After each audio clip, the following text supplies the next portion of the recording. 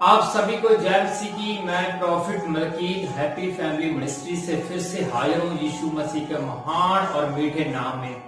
और आज फिर जो पवित्र आत्मा ने मुझे गाइड किया, मैं वो वचन आपके बीच फिर लेकर आया हूँ। और मेरा विश्वास है कि आज वचन सुनते सुनते आप बदल जाएंगे और आज आप अपने दुश्मनों को प्यार करने लगेंगे। आज का वचन सुनने के बाद आप अपने दुश्मनों से घबराएंगे नहीं। और आज जो वचन का मेन विषय वो दुश्मनों के ऊपर है। और मैं वचन शुरू करने से पहले एक छोटी सी प्रार्थनाएं करता हूं। पवित्र आत्मा, मैं आपका दास आज के वचन के लिए प्रार्थनाएं करता हूं। जितने भी जन आज का वचन सुने, इनकी जिंदगी में बड़ा बदलाव आने पाए यीशु मसीह के सामर्थ्य नाम में। वे वचन के मुताबिक बदल जाए यीशु मसीह के सामर्थ्य नाम में, और 100 गुना फलों को लेकर आए और फल इनकी जिंदगी में हमेशा बने रहे। यीशु मसीह के सामर्थ्य नाम में मांगता हूं। आमीन आमीन आमीन, हालेलुया। और आज जो मैं बाइबल की किताब खोलने जा रहा हूं वो मत्ती की किताब खोलने जा रहा हूं, और उसके बाद उत्पत्ति में जाएंगे।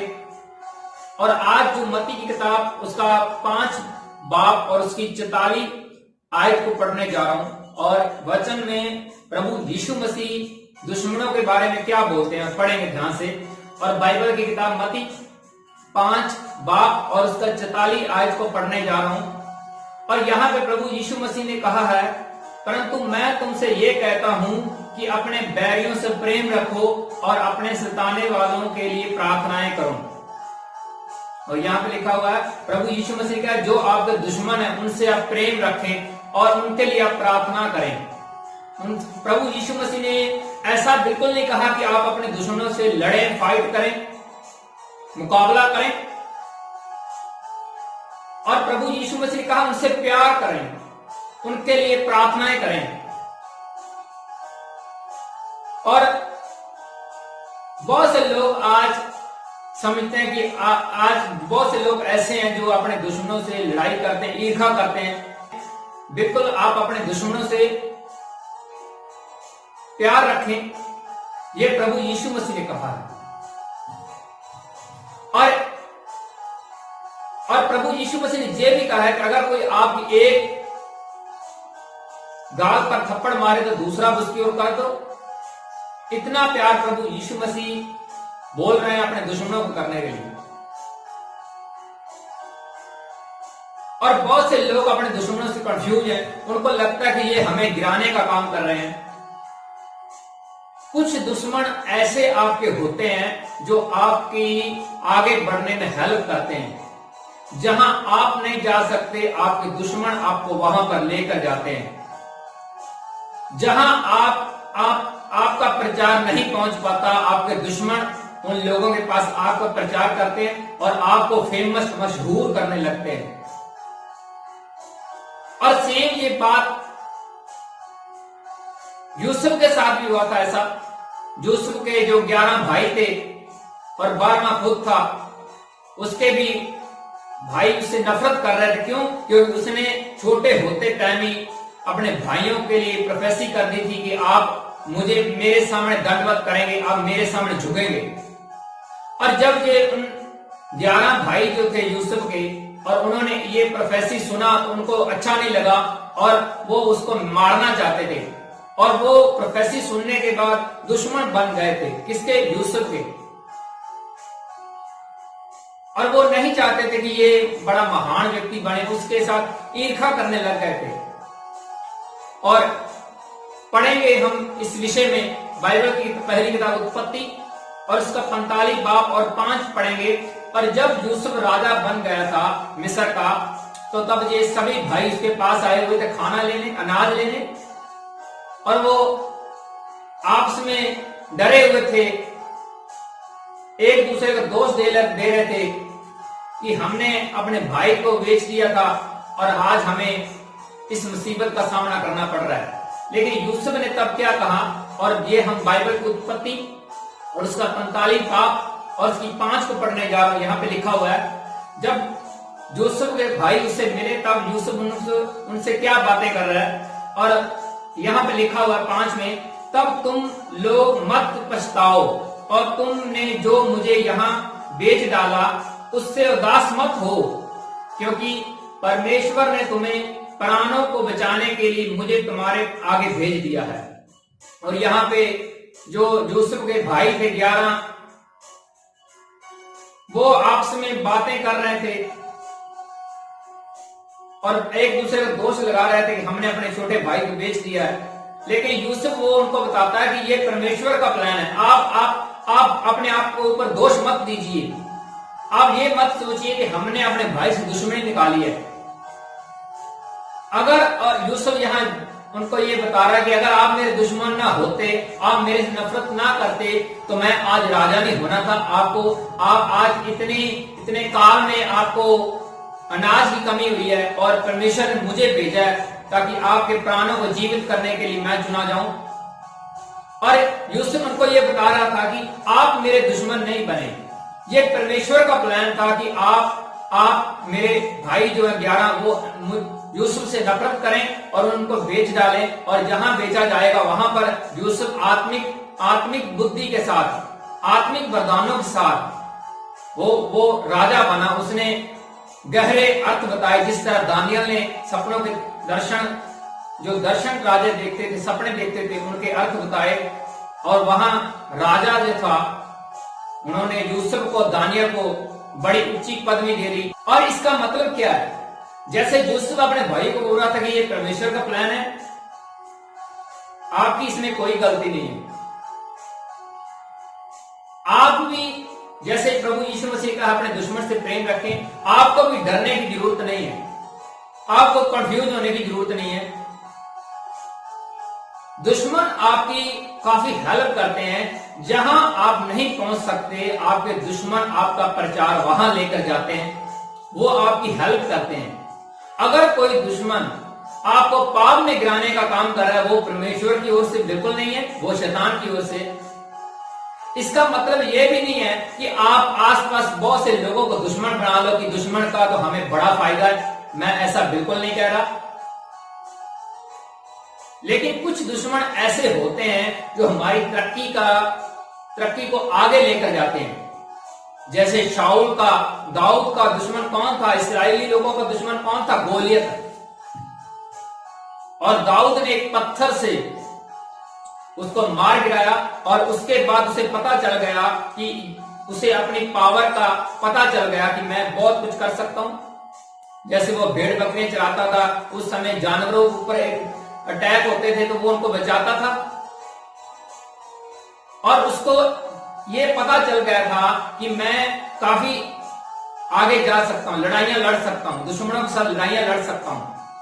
और बाइबल बताती है कि दाऊद ने बहुत सी लड़ाइयां लड़ी, यानी कि 66 लड़ाई लड़ी, उसमें एक भी लड़ाई में दाऊद हारा नहीं। उसका कारण ये था, परमेश्वर उसके साथ था। और बाइबल बोलती है आप किसी को सजा मत दो, किसी से नफरत मत करो, आप परमेश्वर के ऊपर छोड़ दो, वो न्याय करेगा आपका। आपने अपना बुद्धि नहीं यूज करनी, अपना दिमाग बर्तों में नहीं लगाना कि मैं अपने दुश्मन को मार दूंगा, गिरा दूंगा। और सेम ये कायन और हाबिल के बीच में भी ऐसा हुआ था। कायन को गुस्सा इसलिए चढ़ रहा था क्योंकि परमेश्वर हाबिल से ज्यादा प्यार करता था, और उसने अपने भाई को मार डाला। और परमेश्वर किसकी साइड रहा? हाबिल की साइड। और यूसुफ के जो भाई थे उन्होंने यूसुफ को बेच दिया था, और परमेश्वर किसकी ओर रहा? यूसुफ की ओर रहा। दाऊद के जो भाई थे वो घर में रहते थे, और दाऊद अकेला जो था भेड़ बकरियां चरवाता था, और राजा कौन बना? दाऊद बना। अगर आज आपको सबने छोड़ दिया है, करप्ट, आप अपने आप को करप्ट समझ रहे हैं, तो परमेश्वर आपके साथ है। परमेश्वर ऐसे लोगों के साथ है जिनका कोई सहारा नहीं है। इसलिए आज आपका जो असल रियल सहारा है, और वो है प्रभु यीशु मसीह। आपको सबने छोड़ दिया, आपके सब दुश्मन हैं, तो आप प्रभु यीशु मसीह के आज्ञाओं पर चलें, उनके वचनों पर चलें, परमेश्वर पर भरोसा रखें, अपने दुश्मनों का मुकाबला ना करें, अपने दुश्मनों के, अपने रिश्तेदारों से, अपने आंट बांट लोगों से नफरत बिल्कुल ना करें। अगर आप जिस व्यक्ति से नफरत करते हैं, परमेश्वर उसकी साइड हो जाएगा। ऐसा बहुत बार बाइबल में हुआ है। जैसे काइन हाबल से नफरत करता था, परमेश्वर किसकी साइड? हाबल की साइड। यूसुफ के भाई यूसुफ से नफरत करते थे और परमेश्वर किसकी साइड? यूसुफ की साइड। और शाऊल जो था दाऊद से नफरत करता था, ये आगे क्यों बढ़ रहा है, तो ईर्खा उससे करता था, और परमेश्वर किसके साथ? दाऊद के साथ। और प्रभु यीशु मसीह का चेला पतरस, जो यीशु मसीह को पकड़ने वाले थे, उनके ऊपर तलवार चला रहा है, उनका कान काट रहा है, और प्रभु यीशु मसीह उनकी साइड खड़ा होकर उनके कान को फिर से जोड़ रहा है, वो जो सिपाही थे। और प्रभु यीशु मसीह ने कोई भी ऐसा अपने चेलों को नहीं बोला कि आप लड़ाई करो, आप नफरत करो किसी से, बिल्कुल नहीं ऐसा बोला। परमेश्वर, बाइबल बोलती है परमेश्वर प्रेम है। परमेश्वर ने दुनिया से, लोगों से इतना प्रेम किया कि उसने अपना इकलौता बेटा दे दिया। और पवित्र आत्मा का जो पहला फल है, वरदान है, प्रेम है। और बाइबल ये भी बोलते है कि पूरे मन, जान, दिल से परमेश्वर को प्रेम रख। और दूसरा हुक्म बड़ा, अपने गुआंढी, आपके आसपास लोगों को प्रेम रखो, उनसे ईर्खा ना करो, उनसे दुश्मनी ना निकालो। अगर कोई व्यक्ति आपसे दुश्मनी कर रहा है, ईर्खा कर रहा है, आपकी इंसल्ट कर रहा है, तो आप उनके लिए प्रार्थनाएं करो। परमेश्वर उनकी बुद्धि खोले, परमेश्वर उनको सही मार्ग दिखाएं। इसलिए आज का मैसेज दुश्मनों के ऊपर, आप अपने दुश्मनों से बिल्कुल घबराएं ना, उनके लिए प्रार्थनाएं करें। वो आपको तरक्की देने में दुश्मन आपकी हेल्प करेंगे और कर रहे हैं। आज परमेश्वर का, हमारा, आप सबका कौन दुश्मन है? शैतान। वो इस बड़ी गलतफहमी में है कि मैं लोगों को परेशान कर रहा हूं, लोगों को कंफ्यूज कर रहा हूं, लोगों को अपनी ओर लगा रहा हूं।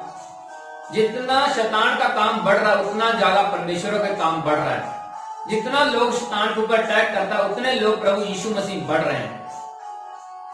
उनको लगता है कि मैं बड़ी दुश्मनी कर रहा हूं, उतना ही परमेश्वर का काम बढ़ता जा रहा है, जितना शैतान अपना दिमाग चलाकर लोगों को कंफ्यूज कर रहा है, परेशान कर रहा है। वो लोगों से अलग अलग चीजें मांगता जरूर है, लेकिन फिर भी वो लास्ट में उनका नुकसान ही कर रहा होता है। और फिर लोग प्रभु यीशु मसीह से पीछे आकर शैतान से छुटकारा पाते हैं। और ऐसा लगातार हो रहा। ऐसे नहीं कि लोग प्रभु यीशु मसीह के पीछे आ जाते हैं। उनको कोई ना कोई शैतान की परेशानी होती है, बीमारी होती है, मुसीबत होती है, विपदा होती है। उनको लगता है कि प्रभु यीशु मसीह के लोगों के, उनके सेवकों से प्रार्थनाएं करवाएंगे तो हम चंगे हो जाएंगे। और प्रभु यीशु मसीह ने इसका प्राइस पे किया हुआ है हम सब के लिए। और शैतान हमारा कुछ भी बिगाड़ नहीं सकता, दुश्मन हमारा कुछ भी बिगाड़ नहीं सकता। बाइबल बोलती है, रोमियो की किताब में लिखा हुआ है कि जो लोग परमेश्वर से प्रेम रखते हैं उनके लिए सब बातें मिलकर को भलाई उत्पन्न करती हैं। अगर आप परमेश्वर को प्रेम रखते हैं, परमेश्वर के साथ आपका प्रेम है, तो आपकी सब वस्तुएं, सब धरती की चीजें आपकी भलाई करेंगी, आपके हक में बोलेंगी। आमीन। और मेरा विश्वास है कि आज का वचन सुनने के बाद आप अपने दुश्मनों के साथ ईर्खा नहीं करेंगे, बैर नहीं रखेंगे, उनसे प्रेम से, प्यार से पेश आएंगे। और बाइबल ये भी बोलती है, बुराई के बदले बुराई नहीं, बल्कि बुराई को भलाई करके जीत लो। बुरा करने वालों के साथ बुरा नहीं, बल्कि उनसे अच्छे तरीके से पेश आकर उनको जीत लो। कि हमारे हार्ट में प्रभु यीशु मसीह का आत्मा है। हालेलुया। लोगों को बताओ कि आप सब लोगों से प्रेम रखते हैं, आसपास लोगों को। और ये प्रभु यीशु मसीह का मैसेज है। हालेलुया। और मेरा विश्वास है कि आज वचन सुनने के बाद आप समझ गए होंगे कि दुश्मन आपकी किस तरह हेल्प करते हैं, आपने दुश्मनों के साथ किस तरह का बर्ताव करना है, आप आज समझ चुके होंगे। और आज के वचन के बाद आप अपने दुश्मनों से प्रेम रखेंगे, उनसे नफरत बिल्कुल नहीं करेंगे। हालेलुया। और मैं प्रार्थनाएं करता हूं पवित्र आत्मा, मैं आपका दास आज के वचन के लिए प्रार्थना करता हूं, जितना आज आपने वचन दिया, इन वचनों के द्वारा इनकी जिंदगी में बड़ा बदलाव आ जाए और इनके दुश्मन इनको तरक्की देने पाए यीशु मसीह के सामर्थी नाम में। ये कभी पाप में न गिरने पाए यीशु मसीह के सामर्थी नाम में। आज के वचन के द्वारा ये दुश्मनों को प्यार करने लगे और आज के वचन के द्वारा ये 100 गुना फलों को लेकर आए और ये फल इनके ऊपर हमेशा बने रहे। यीशु मसीह के सामर्थी नाम में मेरी प्रार्थना है। आमीन आमीन आमीन। और मेरा विश्वास है कि आज वचन सुनने के बाद आप जरूर ब्लेस हो गए होंगे।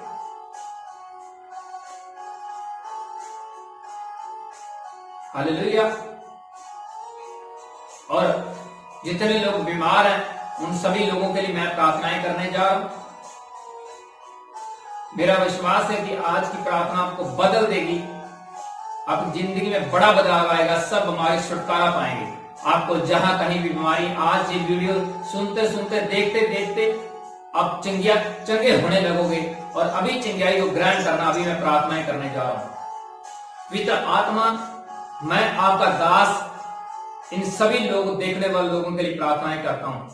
जितने भी लोग बीमार हैं ये अभी चंगे होने पाए यीशु मसीह के सामर्थी नाम में। पिता आत्मा इनको छूकर चंगा करे यीशु मसीह के सामर्थी नाम में। और शैतान इनकी जिंदगियों में कार्य न करने पाए यीशु मसीह के सामर्थी नाम में। जितने भी इनकी बॉडी को कर शैतान अटैक करता है अभी इनको छोड़कर जाता है यीशु मसीह के सामर्थी नाम में मेरी प्रार्थना है। कैंसर, टीबी और सौलियां, पत्थरियां, सब प्रकार की बीमारियां इनको छोड़कर जाती रहे यीशु मसीह के सामर्थी नाम में। इनकी सभी रिपोर्ट्स नॉर्मल आने पाए यीशु मसीह के सामर्थी नाम में। जिनकी शादियों में रुकावट है वो होने पाए यीशु मसीह के सामर्थी नाम में। जिनके पास बेबी ब्लेसिंग नहीं, परमेश्वर उनको बेबी ब्लेसिंग दे यीशु मसीह के सामर्थी। जिनकी तलाक स्थिति बनी उनको कैंसिल करता हूं यीशु नासरी के नाम से। चंगे हो जाओ, अभी चंगे हो जाओ यीशु मसीह के सामर्थी नाम में। परमेश्वर का आत्मा आपको को छूकर उन्नति दे, तरक्की दे यीशु मसीह के सामर्थी नाम में। प्रभु यीशु मसीह के ब्लड के द्वारा आप शुद्ध हो जाओ, पवित्र हो जाओ। जाओ एंजलो, अभी मिरेकल करो यीशु मसीह के सामर्थी नाम में। ये चिंगाई इनके ऊपर ठहरी रहे यीशु मसीह के सामर्थी नाम में। और ये बड़ी गवाही के साथ वापस आए यीशु मसीह के सामर्थी नाम में। और ये मेरे दिल से प्रार्थना है। आमीन आमीन। हालेलुया। और आज के वचन के बाद और प्रार्थना के बाद आप अपने को चेक करना, आपकी जिंदगी में बड़ा बदलाव आ चुका है। हालेलुया। और फिर से मिलेंगे रविवार को बड़ी मीटिंग में नए वचन के साथ, नई गवाहियों के साथ और नई प्रोफेसी के साथ। तब तक आप सभी को प्रॉफिट मलकीत की ओर से आप सभी को जय मसीह की। God bless you. Bye bye. Take care.